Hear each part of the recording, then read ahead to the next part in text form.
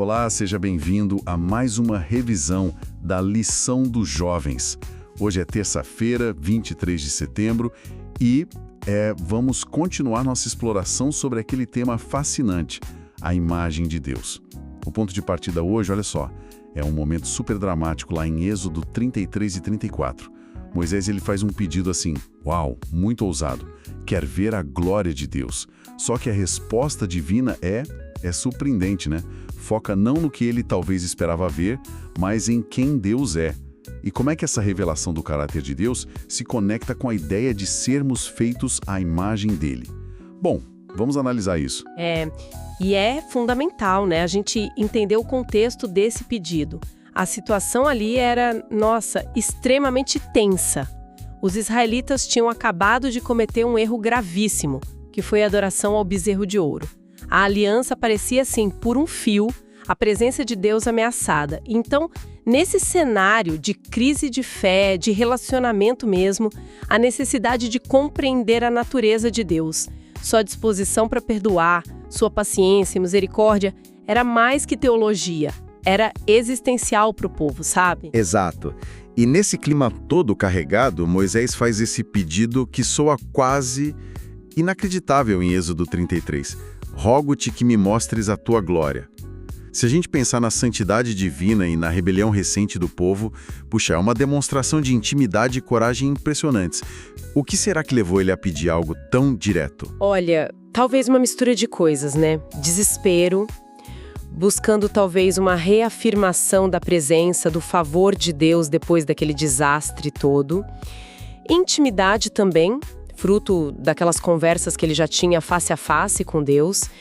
E quem sabe uma necessidade profunda de conhecer de verdade aquele que ele e o povo seguiam. Ele não queria só obedecer leis, entende? Queria entender o legislador por trás delas. E a resposta de Deus? Aí é que a coisa fica particularmente interessante. Ele não dá um simples sim ou não. Lá em Êxodo 33, 19, Deus até concorda em fazer passar toda a sua bondade diante de Moisés e proclamar o seu nome Senhor. Mas ele adiciona que Moisés não poderia ver sua face, porque homem nenhum verá a minha face e viverá. Correto. E aqui está a grande virada, assim, conceitual que o material destaca. Moisés pede para ver a glória, talvez esperando, um show de luz e poder, mas Deus redireciona totalmente o foco. Tira da visão física e leva para a compreensão do seu ser, da sua essência, do seu caráter. A maior revelação não seria algo para os olhos, mas para o coração e para a mente. Deus define a sua glória não como poder ou esplendor visual, primariamente, mas como a sua bondade intrínseca. Nossa, isso é forte. Essa distinção é crucial mesmo. Então, que bondade é essa? Que aspectos do caráter dele Deus queria enfatizar para Moisés? E, claro, para o povo naquele momento tão crítico. Os atributos que Deus escolhe revelar são justamente aqueles que respondem à crise do bezerro de ouro, sabe? E que estabelecem a base para restaurar o relacionamento. Ele menciona graça, compaixão, longanimidade, que é aquela paciência enorme, né? Ser tardio em irar-se, abundante em amor leal, que é a beneficência, e fidelidade, a verdade. Penso que isso significava para um povo que tinha acabado de quebrar tudo. Deus não é, em primeiro lugar, um juiz bravo esperando para castigar. Não, ele é um ser cuja natureza fundamental é misericórdia e constância no amor.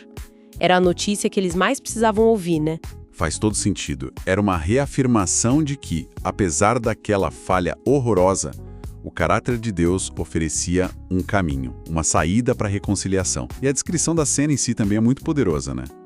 Deus colocando Moisés na fenda de uma rocha. Sim, é uma imagem linda de proteção, de cuidado divino.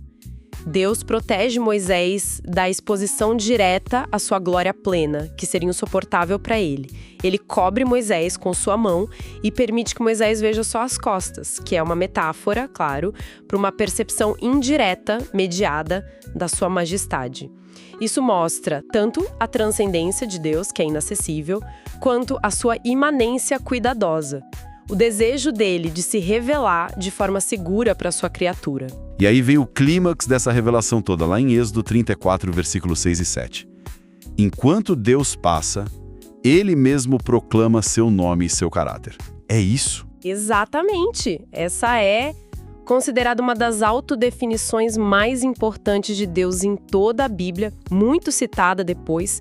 Deus proclama Senhor, Senhor, Deus compassivo e clemente ou gracioso, longânimo, tardio em irar-se e grande em misericórdia, amor leal e fidelidade e verdade, que guarda a misericórdia em 1000 gerações, que perdoa a iniquidade, a transgressão e o pecado, mas que de maneira nenhuma terá por inocente o culpado. Uau! Vamos tentar desempacotar um pouco isso.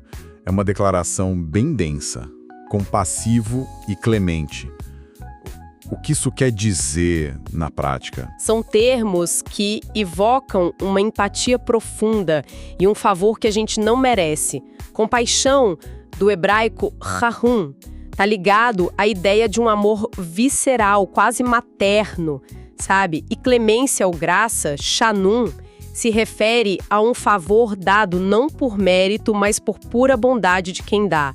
Longânimo, erek apain, literalmente lento para acender as narinas, indica a paciência divina mesmo diante da provocação. E grande em misericórdia, que o recede, o amor leal da aliança e fidelidade, emet, verdade, aponta para esse amor inabalável e para a confiabilidade absoluta dele. Entendi. E a segunda parte? Que fala do perdão, mas também da justiça. Como isso se encaixa? Pois é. A proclamação equilibra essa misericórdia imensa com a justiça. Ele perdoa a iniquidade, a transgressão e o pecado, e usa 3 palavras diferentes para cobrir toda a extensão da falha humana. Isso é uma promessa de perdão amplo, profundo. Contudo, ele de maneira nenhuma terá por inocente o culpado. Isso não contradiz o perdão, mas afirma que Deus leva o pecado a sério. A justiça é parte do caráter dele tanto quanto a misericórdia. O perdão não é ignorar o erro, entende? Mas oferecer um caminho de restauração apesar do erro. E muitas vezes isso envolve consequências. Esse equilíbrio é fundamental para entender a natureza de Deus aqui. Uma revelação tão profunda do ser de Deus. Não me surpreende a reação de Moisés no versículo 8. Ele imediatamente curvou-se para a terra e adorou. A resposta natural ali não é o medo que paralisa, mas a adoração cheia de reverência. Precisamente. A adoração nasce não só do vislumbre da majestade, mas da compreensão da beleza do caráter de Deus. Essa mistura incrível de graça avassaladora e justiça perfeita. E é aqui que o material faz a conexão crucial com o nosso tema maior, a restauração da imagem de Deus. Argumenta-se que o desejo de Deus sempre foi que a humanidade refletisse sua imagem. E à luz dessa passagem, essa imagem a ser restaurada é primariamente o caráter que ele acabou de proclamar. Aqui é onde fica realmente interessante. Porque, como a gente conversou ontem, teve aquele episódio do rosto brilhante de Moisés depois desse encontro, né? Lá em Êxodo 34. Aquilo poderia ser visto como um reflexo físico da glória, talvez um eco das vestes de luz da criação. Mas o foco da análise de hoje muda um pouco a ênfase, certo? A imagem de Deus fundamental, que foi danificada pelo pecado e que Deus busca restaurar, não é só um atributo físico, mas sim o caráter moral e relacional. É isso. Exatamente. O brilho no rosto de Moisés pode ser entendido como uma consequência visível da proximidade dele com a santidade e a glória divinas, um sinal externo da transformação interna que a comunhão com Deus opera.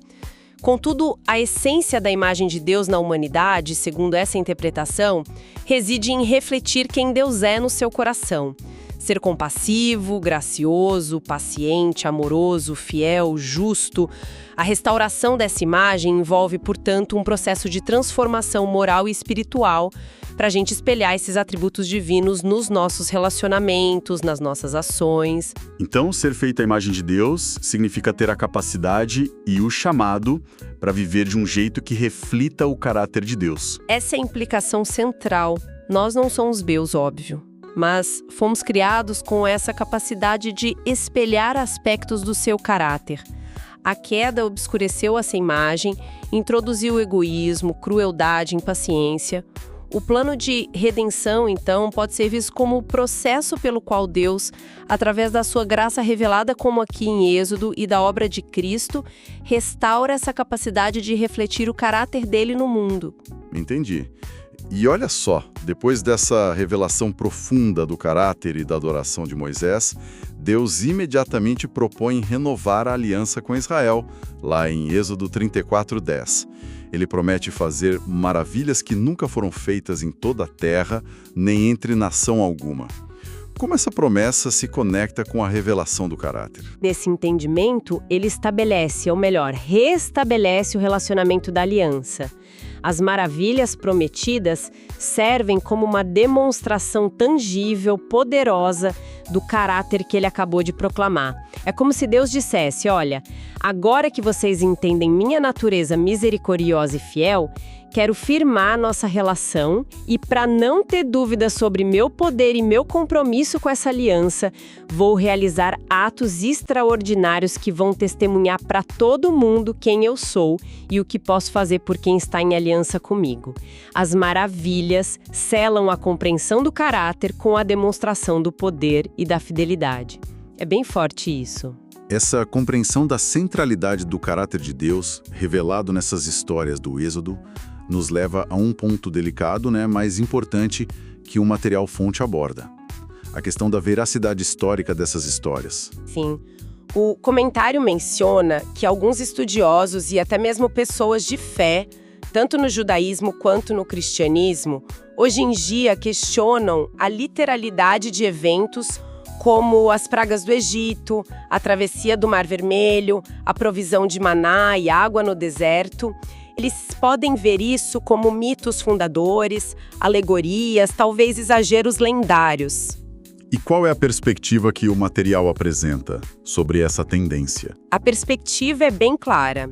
Descartar essas narrativas como só ficção ou símbolo, embora possa parecer intelectualmente sofisticado para alguns, acaba acarretando a perda de verdades teológicas essenciais.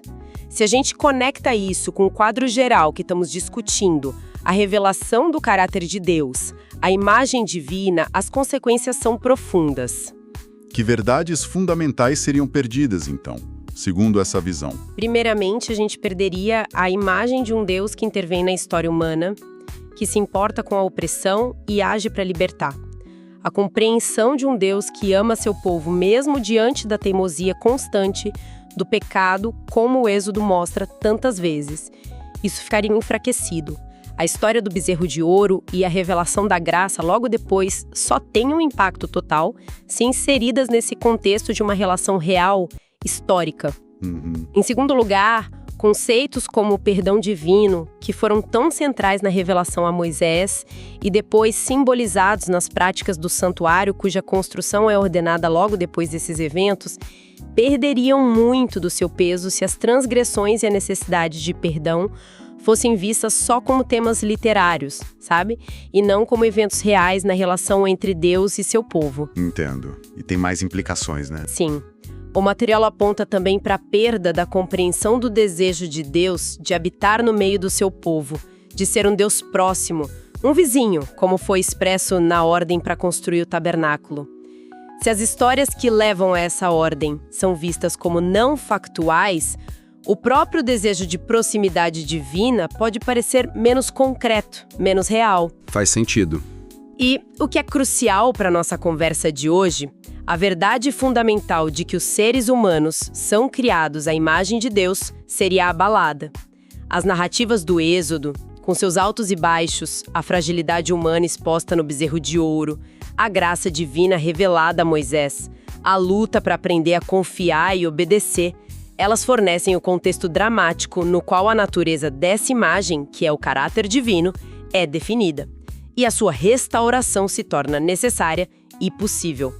Se essas histórias perdem a sua substância, a própria compreensão de quem Deus é e de quem nós somos em relação a Ele fica comprometida. Então, o que tudo isso significa quando a gente junta as peças? A jornada de Moisés, que começa com aquele pedido ousado para ver a glória física de Deus, resulta em algo muito mais profundo. Uma revelação do coração de Deus. A glória de Deus está ligada de forma intrínseca ao seu caráter. Sua compaixão, graça, paciência, amor, fidelidade e justiça. E essa imagem, esse caráter divino, que fomos originalmente criados para refletir e que Deus deseja restaurar em nós. É isso. Exatamente. Aceitar a profundidade dessas narrativas bíblicas e a verdade de que somos feitos à imagem de Deus, entendida primariamente como seu caráter, tem implicações transformadoras.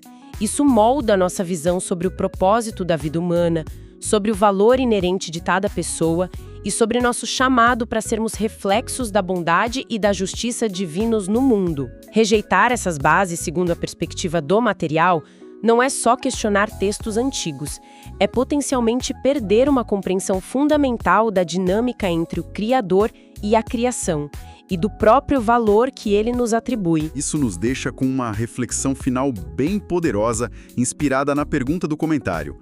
Se levarmos a sério a ideia de que cada ser humano foi feito à semelhança de Deus, carregando um potencial para refletir seu caráter, de que forma isso pode alterar a percepção do verdadeiro valor individual e coletivo? Como essa verdade impactaria a maneira como as pessoas se veem e como tratam umas às outras? É algo profundo para a gente considerar. Até amanhã, no próximo estudo. Até mais!